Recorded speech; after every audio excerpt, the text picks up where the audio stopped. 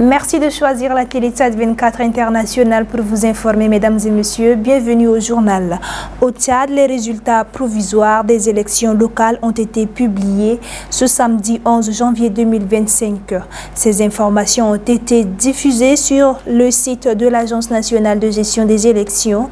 Il ressort que le mouvement patriotique du salut est en tête avec 124 sièges. Mathurenga Koutunaïra revient sur les faits. Au lieu de diffuser les résultats des élections couplées via les médias comme cela a été fait auparavant, l'Agence nationale de gestion a choisi de publier directement sur sa page officielle, laissant des médias attendre le traditionnel discours du président M. Ahmed Bathiré. Le mouvement patriotique du salut MPS se positionne comme le grand vainqueur ayant remporté 124 sièges sur 188, soit près de 66% des sièges. Il est suivi par le RNDT Le Réveil avec 12 sièges, le RDP avec 8 sièges et l'UNDR avec 7 sièges. Environ une trentaine d'autres partis politiques se partageront les derniers sièges n'en obtenant qu'un seul chacun à l'Assemblée nationale. Les candidats non élus disposent d'une période de 5 jours du 12 au 16 janvier pour faire appel conformément aux dispositions de la Cour constitutionnelle. D'ici la fin de ce délai, nous saurons si la Cour entérime ces résultats comme le prévoit le code électoral. Le MPS semble donc prêt à naviguer sans embûche politique au cours des 5 prochaines années. Le maréchal Mahamat Idriss Déby Itno devra désormais mettre en œuvre son programme politique élaboré lors de la présidentielle sans craindre de rejet pour les projets de loi liés à sa politique sociale. C'est une première au Tchad qu'une élection couplée soit organisée et M. Ahmed Bathiré s'en réjouit, mettant en lumière la contribution des acteurs politiques et l'implication des membres de l'Ange. Ces résultats sont censés mettre fin à la période de transition qui a débuté en 2021 suite au décès du maréchal Idriss Déby Itno.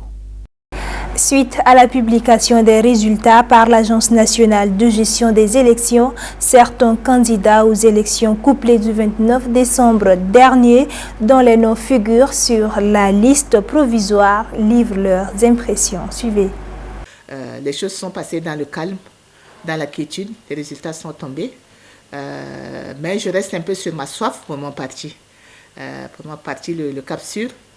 Nous avons présenté des candidatures dans plusieurs circonscriptions et à ma grande surprise, à notre grande surprise, je le dirais, je suis la seule élue. Je suis la seule élue dans la circonscription du Mandoul oriental, alors que nous avions des candidats qui étaient en très bonne position aussi dans d'autres circonscriptions dans le Mandoul, mais ailleurs également. Et donc, comme la loi nous donne la possibilité de recours, on verra dans quelle mesure nous pouvons faire des recours dans les circonscriptions où nous avons des éléments qui nous démontrent qu'on était vraiment en bonne position. Je suis très content et très fier parce que j'ai fait une grande campagne. Vous savez, le 7e arrondissement, c'est le plus grand arrondissement de N'Djamena. Nous avons 24 quartiers et 619 chefs de carré. Donc c'est très très grand, c'est la superficie du Rwanda. Donc nous avons fait une grande campagne et aujourd'hui nous sommes très fiers parce que nous avons gagné. J'ai battu le MPS, j'ai battu l'UNDR, donc je suis très fier d'être élu aujourd'hui dans le 7e arrondissement. Pour nous, tout s'est bien passé. Nous avons fait une campagne normale. Nous avons 3 ou 4 meetings par jour.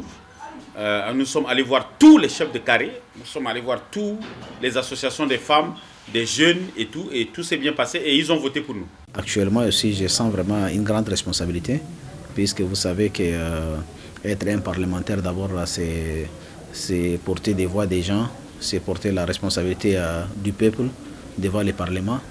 Et là, donc, je remercie vraiment tous ceux qui nous ont aidés jusqu'à là.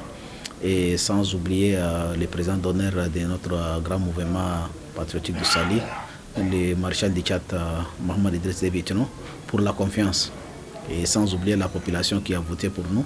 Et d'ailleurs, je voudrais rassurer tout le monde que je serai vraiment un député de tout le monde. Le parti Le Peuple Uni a fait une déclaration ce janvier à Walia dans le 9e arrondissement de la ville de N'Djamena sur les résultats provisoires des élections couplées du 29 décembre dernier rendus publics par l'Agence nationale de gestion des élections. Ahmed Seyd Ali, président national du parti et également candidat aux législatives dans la circonscription de Garada, a exprimé son mécontentement face à ces résultats. Suivez-le plus tôt.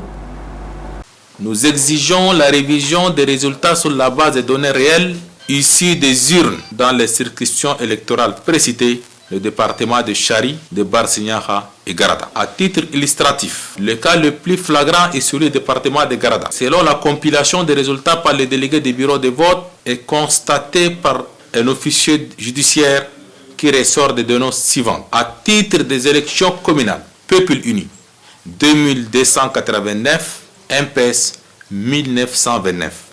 À titre des élections législatives, pour Melfi, Peuple Uni, 2333, MPS 1749.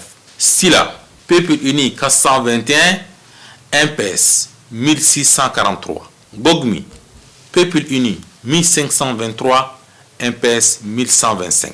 Ankarouma, Peuple Uni 249, MPS 205. Mokofi, Peuple Uni 2514, MPS 1637. Aledinar, Peuple Uni 1661, MPS 1472. Total, Peuple Uni 8894, MPS 7831. Nous rappelons à l'Ange national son devoir de garantir des élections libres, transparentes et justes. Toute tentative de confiscation de la volonté populaire est non seulement une violation de la démocratie, mais aussi une menace à la paix et à la cohésion sociale. Nous invitons nos militants, sympathisants et tous les citoyens du Chari, Bagrimi, Barsignaha et Garada à rester calmes, vigilants et mobilisés dans le respect des lois, tout en affirmant notre détermination à défendre leur choix par tous les moyens légaux. En tant que garant de la vérité, nous comptons sur vous, mesdames et messieurs les journalistes, pour relayer fidèlement ces cris de justice. Le peuple mérite que sa voix sera entendue et respectée. La coordination des jeunes cadres pour le développement local COCADET a mené une mission du 5 au 10 janvier 2024 à Fada et Amdiaras. Cette mission a été dirigée par le coordonnateur du COCADET, Ahmad Abdoulaye Djouo. L'objectif était d'apporter une aide aux ressortissants de ces régions en matière de scolarisation. Baptisé MESCAS, Mission d'études éducatives, sanitaires et d'action sociale, cette initiative vise principalement à évaluer les besoins des populations locales, en particulier dans le domaine de l'éducation. Les membres dirigés par Ahmad Abdoulaye Djouo et Mamassale Abakar Oro se sont rendus dans les régions des Désénédis dans le cadre d'une mission humanitaire de grandes envergures. Ils ont rencontré les enseignants, les parents d'élèves et les autorités locales afin d'évaluer de manière précise la situation sur le terrain. Les résultats de cette étude sont indéniables. Les établissements scolaires souffrent d'un manque flagrant de matériel pédagogique, le nombre d'enseignants est insuffisant et le taux de scolarisation, particulièrement chez les filles, demeure préoccupant. La mission de la COCADET constitue un message fort adressé aux populations de Désénédis. Elle illustre l'engagement de la société civile tchadienne en faveur d'amélioration des conditions de vie des plus vulnérables. Depuis quelque temps, nous avons constaté qu'au marché central, la viande est exposée directement au sol par les grossistes, ce qui soulève des interrogations quant à la qualité de la viande que nous consommons. Jessica Ferry. Au marché central de N'Djamena, dès 5 h du matin, les bouchers grossistes présentent la viande fraîche sur des bâches, permettant ainsi aux détaillants de s'acquérir en vue de sa revente. Il est manifeste qu'aucune norme d'hygiène alimentaire n'est observée. Ces grossistes ignorent souvent les règles d'hygiène essentielles pour les consommateurs, favorisant leur propre intérêt en choisissant de vendre de la viande directement au sol, afin de limiter les frais associés à l'utilisation des tables et d'équipements. Bien que cette pratique soit courante, elle engendre des risques significatifs pour la santé publique. Elle expose les aliments à de nombreux risques, de contamination tels que la poussière, les agents pathogènes et les parasites, ainsi qu'à des dangers liés à la transmission de diverses maladies, notamment la diarrhée, la typhoïde, le choléra et différentes infections parasitaires. Il est important de souligner que la majorité de la population consomme de la viande fraîche avec une proportion variant de 50 à 70%. Le gouvernement tchadien doit veiller à la surveillance des conditions d'hygiène sur les marchés. Les mèches ou perruques sont devenues incontournables dans le monde de la coiffure, que ce soit pour apporter de la lumière à une chevelure ou pour un changement radical de look. Les mèches sont plébiscitées par de nombreuses personnes ignorant les dangers. Déborah Mboulkissam. Les mèches ou perruques, souvent associées à des transformations spectaculaires ou à des déguisements, ont connu une évolution fascinante au fil du temps. Aujourd'hui, elles s'imposent non seulement comme un accessoire de mode, mais aussi comme un symbole d'identité et continuent de séduire un large public grâce à leur capacité à transformer un look. Pour Élise Ghislaine, une adepte des perruques rencontrée au salon de coiffure, porter ces accessoires permet d'économiser le temps de celles qui sont permanemment occupées.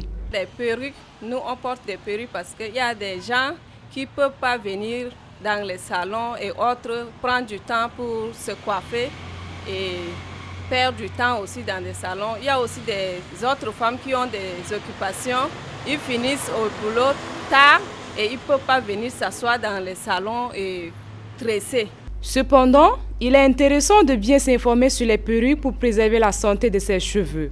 Dr Massissou Hortense, fondatrice de Retour à nos racines, nous fait le point sur l'impact des mèches et perruques sur la cure chevelure. À la longue, des chutes de cheveux, des pertes de cheveux, l'alopécie. Et là, c'est purement parce qu'il y a une pression. Parce que quand on confectionne ces mèches, il y a parfois on met des élastiques dedans, les caoutchoucs, parfois on a aussi d'autres matériels qui ne sont pas adaptés, qui ne doivent pas coexister avec le cuir chevelu. Parfois, il y a des irritations, donc il y a aussi même des femmes qui font des allergies. Alors, c'est ce qu'on constate très souvent, c'est juste à la limite des pertes de cheveux. Bien que ces objets puissent embellir les cheveux et offrir une nouvelle dimension à la coiffure, il est important de prendre en compte les impacts à court et à long terme sur la santé capillaire et d'adopter des soins appropriés pour minimiser leurs effets négatifs. Le tchoum, un produit d'origine nigérienne, est de plus en plus prisé par les jeunes de la ville de N'Djamena, vendu dans les marchés de la ville pour ses soulagements à la carie dentaire et contient de substances psychoactives qui rendent ivre, dit-on. Barkalaksou.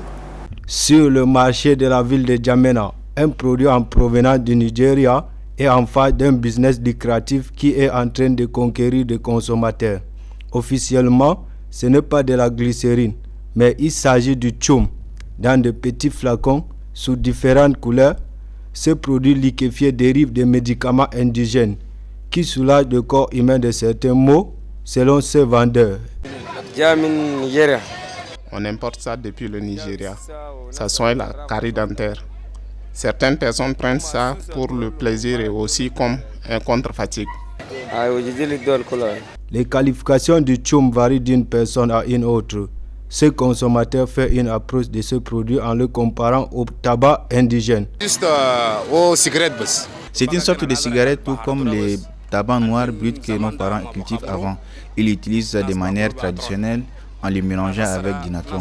Mais maintenant, cela a été modernisé et il existe des versions liquides. On place ces liquides dans la bouche pendant quelques minutes avant de les recracher. Cela fonctionne de la même manière qu'une cigarette, en jouant les mêmes rôles, sauf qu'il n'a pas de fumée. Si vous utilisez ces produits, même un dentiste ne devrait pas vous déranger, contrairement aux dents des fumeurs qui deviennent souvent jaunes. Il est vrai que cela peut créer des problèmes de santé, comme des maladies pulmonaires, mais à part cela, c'est similaire à la cigarette.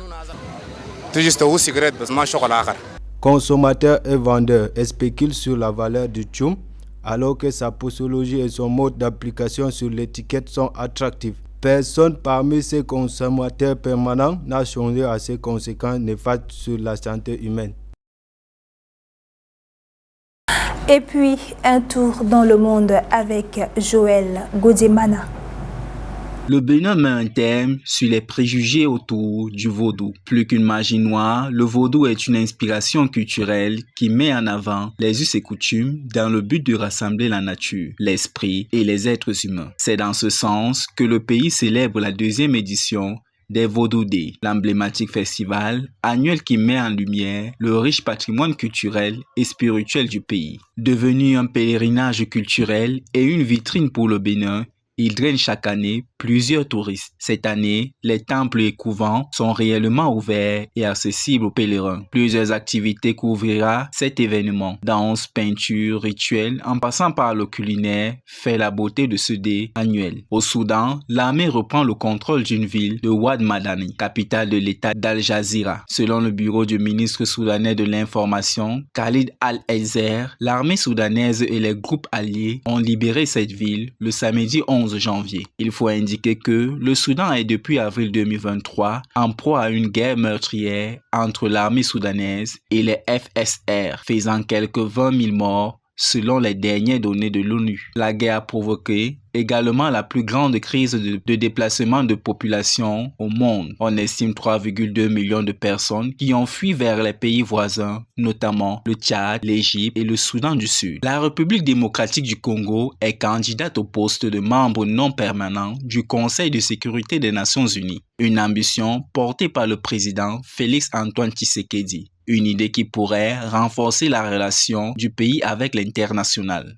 Une candidature qui se prépare depuis le 18 décembre 2024. Rappelons qu'elle a déjà été élue 2 fois membre non permanent au Conseil de sécurité de l'organisation onusienne de 1982 à 1983, puis de 1991 à 1992 pendant la guerre du Golfe. Au Mayotte, le climat continue de faire peur aux populations car depuis ce dimanche, des fortes tempêtes, pluies et inondations se déversent sur le territoire. La forte tempête tropicale d'Ilekedi est passée au plus près de Mayotte, en une centaine de kilomètres des côtes sud de Grande Terre. Bien qu'elle s'éloigne désormais, elle reprend son intensification. Les pluies se sont faites intenses, mais le vent, heureusement, n'a guère dépassé les 100 km par heure. Ce soir, les habitants pourront être menacés par les inondations des rues et des coulées de boue, notamment dans le sud du département, davantage touché. En Ukraine, 2 soldats nord-coréens capturés dans la région russe de Kursk. L'Ukraine dit les interroger. Séoul a dit participer à leur interrogatoire aux côtés des services ukrainiens. Il faut préciser que l'Ukraine, les États-Unis et la Corée du Sud ont accusé Pyongyang, doté de l'arme nucléaire, d'avoir envoyé plus de 10 000 soldats pour aider les forces russes. Escale aux États-Unis pour parler de cet incendie qui menace de plus en plus les habitants de Los Angeles. La population unie pour s'entraider. Un appel qui a été fait sur TikTok par un individuel. Un élan de solidarité. Des bénévoles ont improvisé un centre de dons. Des dizaines de voitures arrivent de partout. Pas d'organisation officielle présente. Les multiples incendies qui font rage à Los Angeles depuis 5 jours ont fait au moins 16 morts et se sont étendus samedi à des zones jusqu'à présent épargnées. Le président du pays, Joe Biden, a promis d'actionner le plan d'aide d'urgence sous peu.